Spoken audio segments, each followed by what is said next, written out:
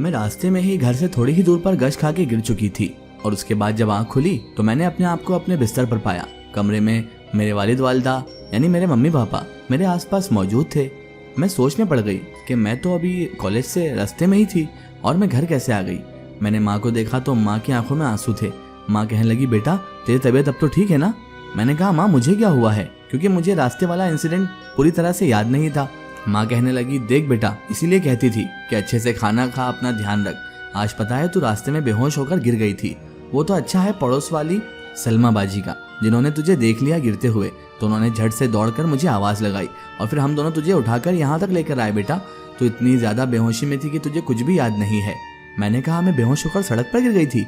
माँ आप सच बताएं, आप सच बोल रही हैं? तो मेरे पापा बोले, देख आज से तेरा कॉलेज पैदल जाना बंद। तू मुझसे पैसे ले और बस या रिक्शा वगैरह है तू कॉलेज जाया कर और अपने खाने पीने पर ध्यान दे बेटा। हुमा ऐसे कैसे काम चलेगा? आज तू बेहोश होकर यहाँ गिरी तो हमें मालूम पड़ गया, कल को खुदा ना खास्ता अगर कहीं और गिर जाए और ऐसे में कुछ अनहोनी हो जाए तो हम क्या करेंगे? बेटा तू अपना ध्यान रख और आज से सुबह तुझे कॉलेज मैं छोड़ूंगा और दोपहर में तू रिक्शा से आएगी, ठीक है? मैंने कहा, ठीक है पापा, लेकिन मुझे खुद समझ में नहीं आ रहा है कि मैं एकदम गिर कैसे गई। ना मुझे कोई वीकनेस लग रही है अम्मा, ना ही कोई मुझे कमजोरी लग रही है माँ, फिर मैं गिर कैसे गई? माँ कहने लगी, देख कमजोरी एकदम नहीं लगती है, धीरे धीरे बदन में इतनी इकट्ठी हो जाती है कि इंसान बेहोश होकर गिरने लगता है, जो तेरे साथ हो रहा है। मेरे साथ भी हुआ है बेटा। मैं समझ सकती हूँ कि इस उम्र में भूख नहीं लगती, लेकिन इतनी भी क्या कमजोरी लेना कि रास्ते में हम सड़क पर गिर ही पड़े। इसलिए बेटा आज से तू मेरे साथ बैठकर खाना खाएगी। मैंने कहा, ठीक है माँ। लेकिन माँ बाप की इतनी सारी बातों के बावजूद मुझे खुद पर यकीन नहीं हो रहा था कि हुमा मैं खुद कैसे गिर गई। मैं अपने आप से ही सवाल कर रही थी कि हुमा इतनी कमज़ोर कैसे हो सकती हो तुम कि तुम रास्ते में गश खाकर गिर गई। मुझे कुछ समझ नहीं आ रहा था, लेकिन वालिद वालिदा की बात सुनकर मुझे ऐसा लगा कि हो सकता है खान पीन तो मेरा बहुत दिन से छूटा हुआ भी है। बहरहाल मैंने सोच लिया था कि अब खान पीन पर ध्यान दूंगी, लेकिन मुझे वो घबराहट अभी भी सता रही थी। एक अजीब सी घबराहट मुझे हुए जा रही थी। समझ नहीं आ रहा था कि आखिर ये घबराहट अभी भी क्यों है। मुझे अब ऐसा लगने लगा था कि वाकई मेरी तबीयत खराब है। माँ और पापा सही कहते हैं कि मुझे खान पीन पर और सेहत पर ध्यान देना चाहिए। दूसरे दिन से ही मैंने नाश्ता अच्छे से करना शुरू कर दिया, लेकिन फिर भी मेरी घबराहट कम नहीं हो रही थी।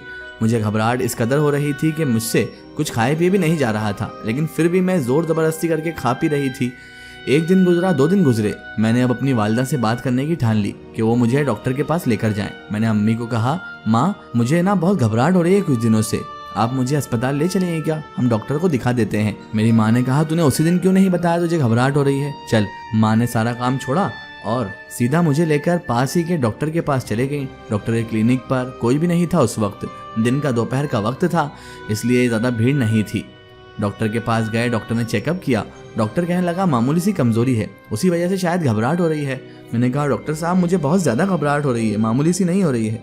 उन्होंने कहा, ठीक है टैबलेट लेना और मुझे 1 दिन बाद फिर से दिखाना, यानी परसों, फिर देखते हैं कितना फ़ायदा होता है। मैंने कहा, ठीक है। उन्होंने 2 गोलियाँ लिखी थी, वो दोनों हमने मेडिकल स्टोर से ली और उसके बाद हम घर आ गए।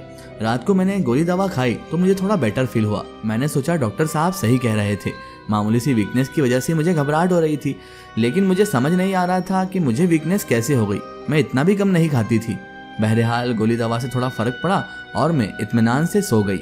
मुझे अब अजान की बहुत याद आ रही थी। मन कर रहा था कि अजान होता तो अजान मेरी परेशानी का कोई ना कोई हल तो, कोई ना कोई सोल्यूशन तो बताता ही। काश वो मेरे पास होता। तभी मैंने उठकर खिड़की खोली और बाहर देखने लगी। पता नहीं क्यों ऐसा लग रहा था ऐसे अजान अभी आएगा और मुझे सरप्राइज दे देगा, लेकिन ऐसा कुछ भी ना हुआ। थोड़ी देर तक खिड़की में खड़े रहने के बाद मेरा सर भारी होने लगा और मैं बिस्तर पर आकर लेट गई। बिस्तर पर आकर लेटते से ही मुझ पर गशी तारी हुई और ना जाने कब मेरी नींद लग गई, मुझे मालूम भी ना हुआ। उसी रात मैंने एक ख्वाब देखा, इतना भयानक ख्वाब कि शायद उसको लफ्ज़ों में बयान करना बहुत ही मुश्किल है। लेकिन मैंने ख्वाब में देखा कि मैं एक जंगल वीरान में, ऐसे अंधेरे जंगल में मौजूद थी जहाँ पर रोशनी का एक तिनका भी नहीं था। यहाँ तक कि मुझे मेरे खुद के हाथ पैर भी दिखाई नहीं दे रहे थे। बस ऐसा महसूस हो रहा था कि यहाँ हाथ है और यहाँ पैर। बहरहाल मैं आगे बढ़ती गई। मुझे दूर उस जंगल में आग जलती हुई दिखाई दे रही थी। दूर से मैं उस आग को देखते हुए उसके करीब जाने लगी। करीब पहुँचते पहुँचते बहुत टाइम लगा, लेकिन मैं आखिरकार उस आग के करीब पहुँच गई। मैंने देखा कि एक लंबे बाल वाला आदमी पीठ किए हुए मेरी जानिब बैठा हुआ है। उसकी पीठ और लंबे बाल अलग ही दिखाई दे रहे थे। आग की रोशनी में वो साफ दिख रहा था कि काला लिबास पहने वो बड़े बड़े जुल्फों वाला कोई बंदा है जो आग के पास बैठकर आग में कुछ डाल रहा था। मैंने सोचा कि ये ना जाने कौन है, मुझ पर खौफ तारी हुआ। तभी अचानक मेरी आंखों ने वो देखा जो मैं कभी सोच भी नहीं सकती थी। मेरी ही क्लासमेट इरम, जिससे मेरा पहले झगड़ा हो चुका था, वो उस आदमी के पास बैठे हुए उस आग में उस आदमी के साथ पता नहीं क्या डाल रही थी। मैं दूर से खड़े होकर दोनों को देख रही थी। दोनों ही आग में पता नहीं क्या पड़कर फूंक मारकर डाल रहे थे। समझ नहीं आ रहा था कि ये दोनों क्या कर रहे हैं। मैंने थोड़ा करीब जाकर उस चीज को सुनना चाहा कि आखिर ये दोनों कर क्या रहे हैं, लेकिन मेरे दिल में बहुत खौफ था। तो मैं एक दरख्त के पीछे, उसी जंगल के एक पेड़ के पीछे छुपकर ये सारा मामला देखने लगी। उसके बाद उस आदमी ने, जो कि बहुत ही डरावना लग रहा था, लंबे लंबे बाल, काला चेहरा, काला ही लिबास, उसने इरम की तरफ कोई प्याला बढ़ाया। मैं आहिस्ता आहिस्ता कदम बढ़ाकर आगे बढ़ने लगी, दरख्तों के साए में छुप छुप कर आगे बढ़ने लगी। मैं अब उन लोगों के बहुत करीब थी और जैसे ही मैंने इरम के हाथ में वो प्याला देखा तो मेरी आंखें फटी के फटी रह गई, क्योंकि उसके अंदर तो कुछ सुर्ख रंग का मशरूब यानी रेड लिक्विड मौजूद था।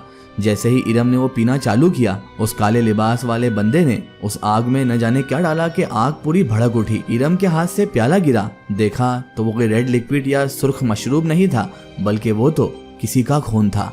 अचानक मेरी चीख निकल गई और जैसे ही मेरी चीख निकली तो इरम और वो काले लिबास वाला शख्स दोनों ही मेरी तरफ मुतवज्जा हो गए। इरम ने कहा, यही है हुमा। तो वो कहने लगा, अच्छा तो यही है, जाओ जल्दी से जाकर इसे पकड़ कर लाओ, इसी का खून तो चाहिए हमें। मैंने जैसे ही ये बात सुनी तो मैं लड़खड़ाकर वहीं गिर पड़ी और उठकर भागने लगी।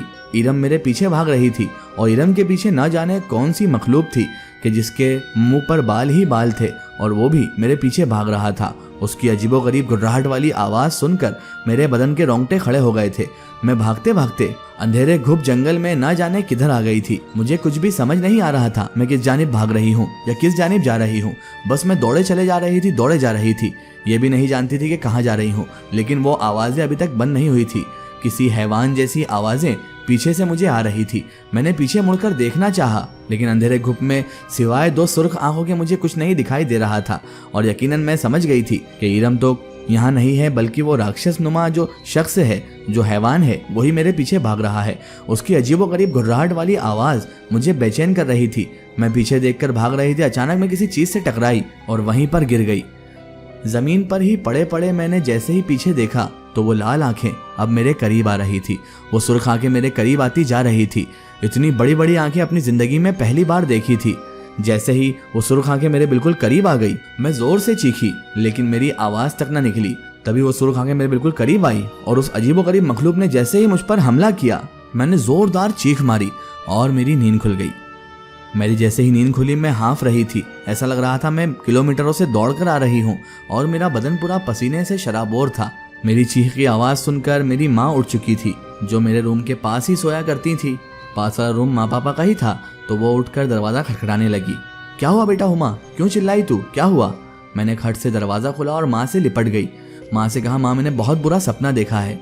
माँ कहने लगी, बेटा सपने तो सपने होते हैं, सपने कोई सच थोड़ी ना होते हैं। जाओ जाकर सो जाओ, और ऐसा लगे तो मैं तुम्हारे साथ सो जाती हूँ। मैंने कहा, नहीं माँ, आप थोड़ी देर मेरे पास बैठ जाएं। माँ और मैं दोनों मेरे कमरे में आ गए। फिर मैंने माँ की गोद में सर रखा। माँ प्यार से मेरे सर में हाथ फेरने लगी और मुझे बचपन की याद आ गई। ऐसा लगने लगा जैसे मानो मेरा बचपन लौट गया हो।